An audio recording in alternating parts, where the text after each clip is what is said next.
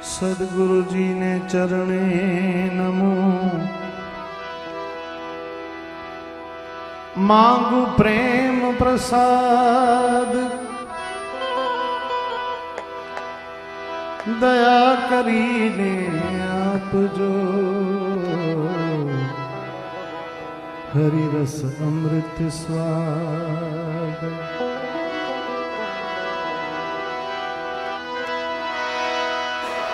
कितने विरक्त हैं, पहले तो हुए विरक्त, पीछे वो सब भूल गए, मानो स्त्री बच्चे वाले नहीं हैं, लेकिन दुनियादारी में खूब उलझ गए।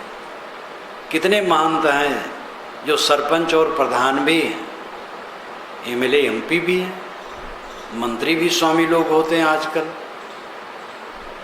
और कितनी स्वामिनियां हैं जो मंत्री हैं और गाली गुप्ता में आगे हैं, सब कुछ करने वाली हैं। तो ये सबको रस नहीं अध्यात्म में लगा। नारद विवाह है, नारद त्यागी वो विवाह करे, और साधु सन्यासी साधना के लिए निकले तो राजनीति करने लगे। तो छोटे बड़े कितने ऐसे साधु हैं जगत प्रपंच में उलझे। एक साधु ने एक बार मुझे पत्र लिखा कि साहब प्रधानी की सीट पर मैं खड़ा हो गया हूँ। भक्तों ने बड़ा जोर दिया, बहुत सीधे साधे अच्छे संत, लेकिन अब क्या कहे। राग रंग में दुनिया रीझे, चटक मटक में नारी, भाव भगत में साधु रीझे, तीनों निपट अनारी। वो भक्त लोग कोशिश किए तो रिझ गए, प्रधानी में खड़े हो गए। तो उन्होंने मुझे पत्र लिखा। अब पत्र में सीधे तो नहीं, लेकिन स्वर ये रहा कि मैंने आप भी रोकें तो मैं रुकूंगा नहीं, अब लड़ूंगा। तो मैंने उनको उत्तर दिया, मैं तुम्हें शाप देता हूं कि तुम हार जाओ।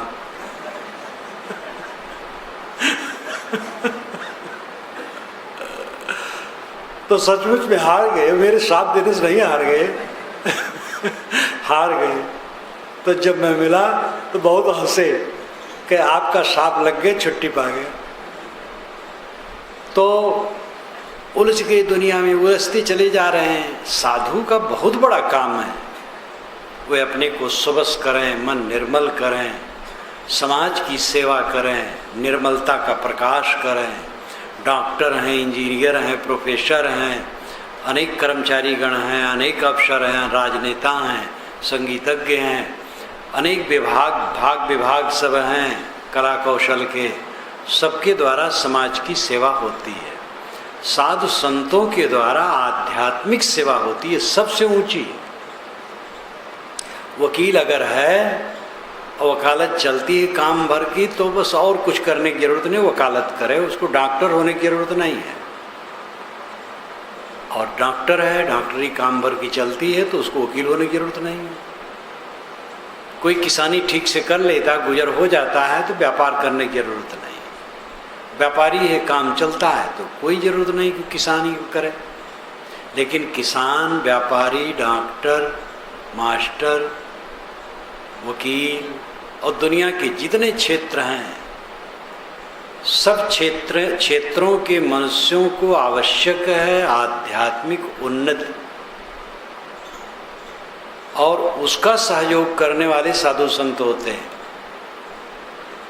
मन निर्मल हो, शांत हो, निर्वैर हो, निर्माण हो, बाहर से लौट करके अंतर्मुख हो, इसका उपदेश संत करते हैं। इसलिए संत में गुण होना चाहिए, स्वयं अंतर्मुख हो, स्वयं निर्माण हो, स्वयं शीतल हो, रागद्वेषहीन हो, तब तो दूसरे को उपदेश दें और उसका फल होगा।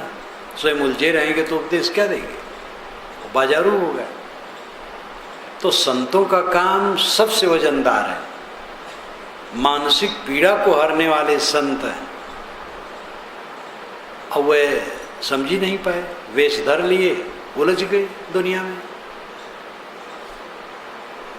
भोजन मिल जाए, कपड़े मिल जाए, सोने की जगह मिल जाए, बहुत है। चकर मकर में मत भूलो, दूसरे के ऐश्वर्य की तुलना करके उलझो न। आपके पास जितना है बहुत है। आपके पास पैसा ज़्यादा है, बड़ा मकान बना लो, कम है छोटा मकान बना लो, और कम है और छोटा बना लो, और कम है फूस फास का बना लो। यद्यपि फूस भी आजकल बहुत महंगा है। जिस स्थिति में हो उस स्थिति में प्रसन्न रहने की चेष्टा करो। हम तुलना कर करके उलझ जाते हैं। दूसरे ड्राइंग रूम देखे, दूसरे गाड़ी देखे, दूसरे को वैभव देखे। प्रारब्ध पुरुषार्थ सबका अलग अलग है। जैसा जिसका प्रारब्ध है पुरुषार्थ वैसा उसको मिलता है। पुरुषार्थ परिश्रम, प्रारब्ध का अर्थ होता तकदीर, भाग्य। इसका भी अपना महत्व है। सभी लोगों के शरीर का अंतर, प्रतिभा का अंतर, बुद्धि का अंतर, कार्य क्षमता का अंतर। कितने लोग जो छूते हैं सोना हो जाता है, मतलब हर जगह सफल हो जाते हैं। तो कुछ भाग्य, अदृश्य भाग्य है, तकदीर है, प्रारब्ध है। लेकिन उसके बल सो मत, परिश्रमी रहो। परिश्रम और प्रारब्ध में जो मिले उसमें संतोष। अपने को बचाने की चेष्टा। जितना उलझन बढ़ाओगे दुखी होगे। भंवर जाल। बच्चों के लिए सेवा कर दो, उनके लिए व्यवस्था कर दो। बहुत अपने को उनमें डुबाओ मत। किसी काम में अपने को डुबाओ मत, निकाल करके रखो। गृहस्थ विरक्त दो श्रेणियां। गृहस्थों का ही दायरा विशाल है, विरक्त थोड़े होते हैं। सब विरक्त नहीं हो जाएंगे। गृहस्थी कोई पाप की खानी नहीं है, नरक का घर नहीं है। गृहस्थ हुआ ही जाता है सुधार के लिए। विवाह किया जाता है सुधार के लिए। विवाह नहीं करेंगे तो गड़बड़ होगी, समाज विकृत होगा। इसलिए विवाह किया जाता है सुधार के लिए। ये सोचना चाहिए। संयम बरतने के लिए। और अगर सत्संग, सेवा, भक्ति में आदमी रहे तो ये सूझ होगी, और सूझ से वो अपने को सुधारेगा। गृहस्थ विरक्त कोई भी हो, भंवर जाल सबके पास है। वो है मन का जाल। जो कुछ हम देखते, सुनते, भोगते हैं, उनके संस्कार चित्त में छपते रहते हैं। मनुष्य की वही पूंजी बनते हैं, और उसी में उलझ उलझ करके सारा संसार मर रहा। ये मन के जाल को काटो। ये भंवर जाल है। ध्यान का अभ्यास इसीलिए कराया जाता है। मन के जाल को काटने के आदती बनो। ध्यान शिविर में जो आते हैं, ये बात नहीं कि 7-8 दिन में सिद्धि मिल जाएगी। पहली बात तो आप बैठेंगे इतनी देर तक, ये साहस होगा कि हम बैठ सकते हैं। यहाँ सादा भोजन मिलता है, यद्यपि सादा रहा नहीं जाता है। और पहले मैंने इसको रोका, लेकिन रोक नहीं पाया, क्योंकि प्रतिदिन कोई न कोई भंडारा देता है भगत। अब भंडारा जब हो तो उसमें कुछ मिष्टान्न न बने तो भंडारा लोग मानते ही नहीं। मैंने पहले कोशिश किया कि भाई दाल भात रोटी सब्जी बनाओ, हलवा, पूड़ी तो खैर नहीं बनाते हैं, खीर ये सब न बनाओ, मिठाई न बनाओ। कोई माना नहीं। जंगल का रोदन सिद्ध हुआ हमारा। जैसे जंगल में कोई रोए तो कौन सुने? नहीं शायद, जब तक मिष्टान न बनेगा क्या भंडारा। तो ये तो हो गया है, लेकिन हो जाता है। लेकिन साधक स्वयं सावधान रहें, और भंडारी को भी चाहिए कि ये सब चीज़ें थोड़ा थोड़ा ही, ज़्यादा नहीं। सादा भोजन कम से कम सब्जी इत्यादि कैसे बनाना चाहिए, मिर्च मसाले अहितकर हैं। सात्विक भोजन की आदत पड़ रही है। संतों के पास में बैठने का आपका सौभाग्य मिल रहा है, ज्ञान की बातें सुन रहे हैं, प्रयास करते हैं, कुछ चित्त में अंतर भी आता है, तो करते करते होता है। सिद्ध एक दिन में कोई नहीं हो सकता है। जो लंबे समय से साधना करते हैं वह स्वयं इसका अनुभव कर सकते हैं। थोड़े दिन से भी जो साधना करते हैं उनको भी अंतर आता है, पहले का भाव बदल जाता है। साधना में कोई लगा है तो धीरे धीरे काफ़ी उन्नत होती चली जाती है। मैं स्वयं अपना अनुभव करता हूँ।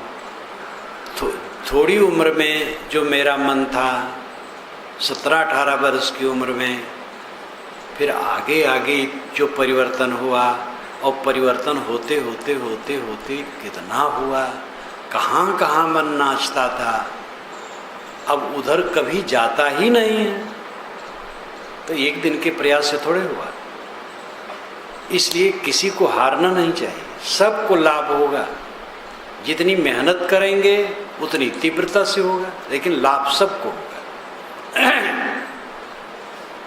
मन का भंवर सबको बहुत पीड़ित करता है। थोड़ी बात हो गई साथियों से, किसी से ऊंच नीच, अब मन में ले करके उपच रहे हैं रात दिन, नींद नहीं आ रही है, जहाँ है वहाँ प्रतिक्रिया में पड़े हैं। ये सबके अंदर तो जहर है और अमृत है। अमृत दबा है, जहर उभरता रहता है। कोई कट कह दिया, झूठ बोल करके बदनाम कर दिया, या और भी कुछ कर दिया, ये उसकी ही गंदगी है, उसी को तकलीफ देगी, आपको तकलीफ इसमें नहीं होगी। कुछ लोग आपको मान भी लें बड़े घटिया हैं, माना करें, वो स्वयं पछताएंगे। सोना सोना रहता, वो माटी नहीं होता। हीरा हीरा रहेगा। किसी कहने से कि वो माटी हो जाए, माटी हो जाएगा। लेकिन कमजोर मन, थोड़ी प्रतिकूलता पाया तो बस भंवर चलने लगा मन में, विश्राम नहीं, विश्राम नहीं। ये मन का भंवर, विषय वासना, सांसारिकता में चिपकाहट। कैसे बाल बच्चों की शादी होगी, पैसे चलेगा, कैसे वो चलेगा? अरे सब चलेगा, अनादिकाल से चल रहा है। संसार ऑटोमेटिक यंत्र है, चलता रहा है, चलता रहेगा। हम आप कौन होते इसको चलाने वाले?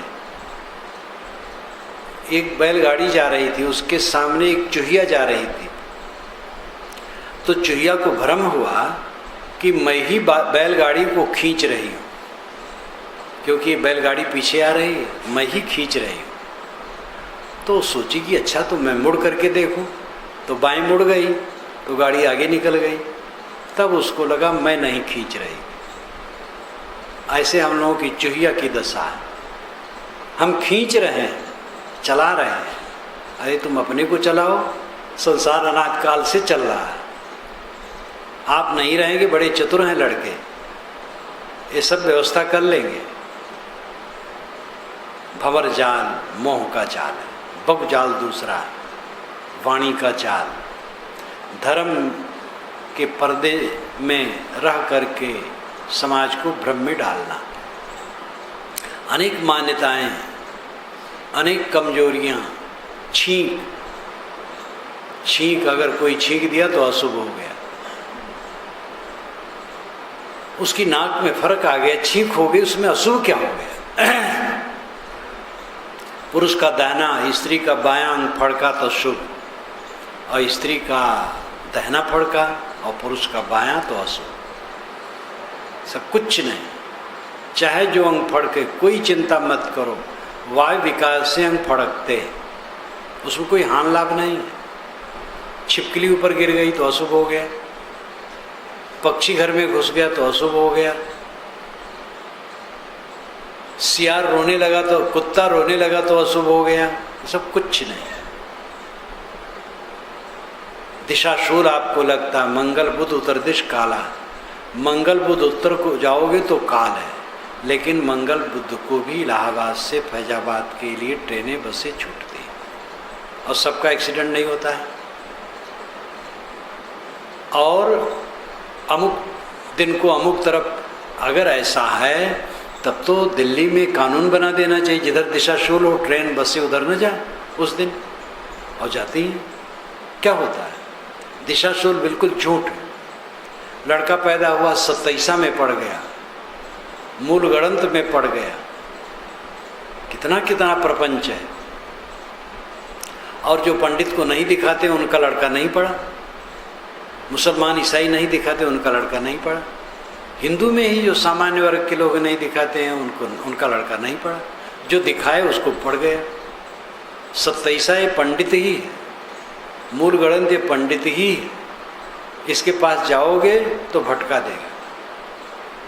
कर्मकांडी कभी नहीं चाहते हैं दुनिया में ज्ञान फैले, और केवल ब्राह्मण कर्मकांडी नहीं, हर संप्रदाय के कर्मकांडी चाहते हैं कि आदमी को थोड़ा ज्ञान हो, जिससे जरा उनकी बात को समझ ले, थोड़ा धर्म कर्म करे, दान पुण्य करने की बुद्धि आ जाए। लेकिन ज़्यादा ज्ञान न हो, ज़्यादा ज्ञान होगा तो भ्रम से रहित हो जाएगा, तो फिर कर्मकांड खत्म हो जाएगा। इसलिए कर्मकांडी कभी नहीं चाहते ज्ञान बढ़े, समाज बेवकूफ़ बना रहे। आपके ऊपर ग्रह टेढ़ा है, ग्रह आकाश में है तो आपके ऊपर कैसे टेढ़ा है? अब आपके ऊपर टेढ़ा तो हमारे ऊपर सीधा कैसे है?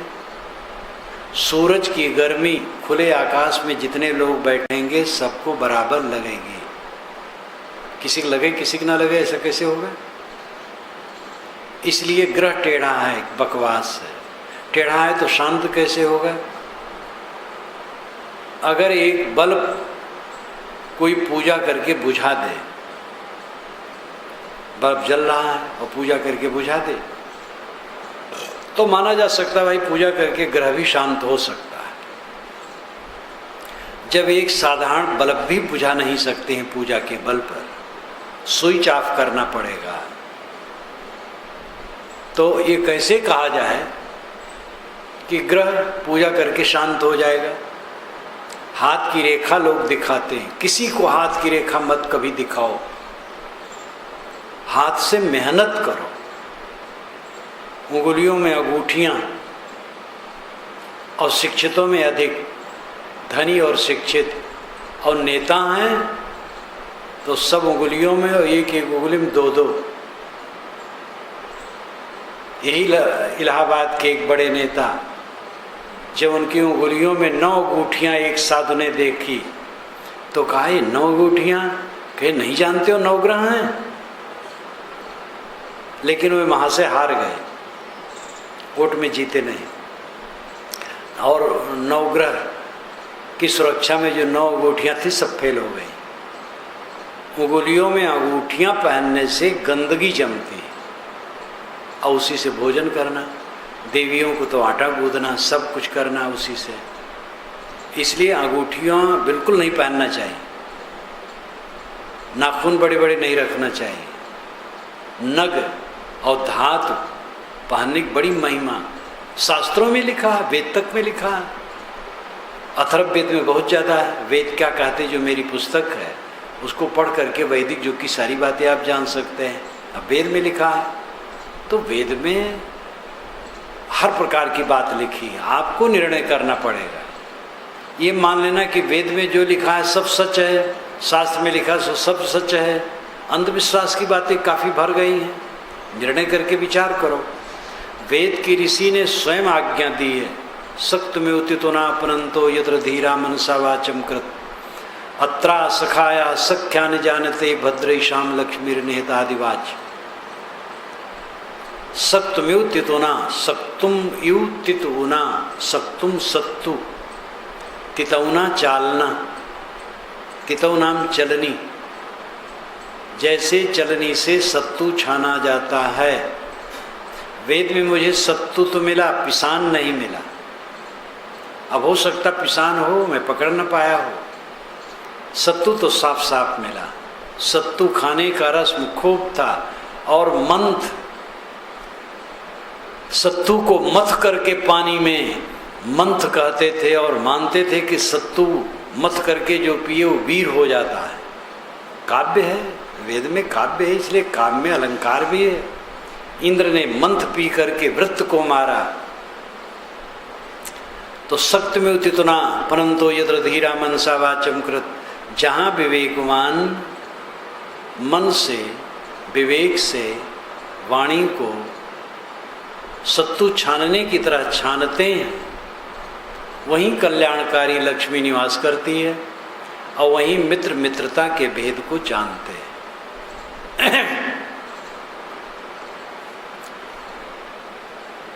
इस प्रकार इसने स्वयं कहा कि जैसे सत्तू छाना जाता है वैसे वाणी को छानो। साहब का दोहा तो आप जानते, जिसको साखी कहते हैं। साधु ऐसा चाहिए जैसा सूप सुभाए, सार सार को गए रहे थोथा दे उड़ाए। साधु वह है जो फटक दे, भूसी उड़ जाए, चावल रह जाए, असार को छोड़ दे, सार को ग्रहण कर ले। दुनिया की सारी किताबें मनुष्य की रचनाएं हैं। दुनिया के सारे महापुरुष केवल मनुष्य हैं। दुनिया के सारे ग्रंथ, सारे पंथ संप्रदाय मनुष्य के चलाए हैं। कोई किताब, कोई महापुरुष, कोई संप्रदाय अलौकिक नहीं। ये अलौकिकता का चक्कर डाल करके धार्मिकों ने बड़ा विघटन किया। हमारा संप्रदाय अलौकिक तो आपका लौकिक। लौकिक जो है वो कल्याण नहीं कर सकता, अलौकिक करेगा। हमारा संप्रदाय अलौकिक है। हमारा महापुरुष ईश्वर का दूत है या ईश्वर का अवतार है। हमारी किताब ईश्वर की वाणी है, दूसरी किताब ईश्वर की वाणी नहीं। बड़ी चालबाजी है। अगर है दूसरी किताब तो उसका कानून अब मनसूख हो गया, रद्द हो गया। बड़ी बड़ी चालबाजियाँ, ये बगजाल।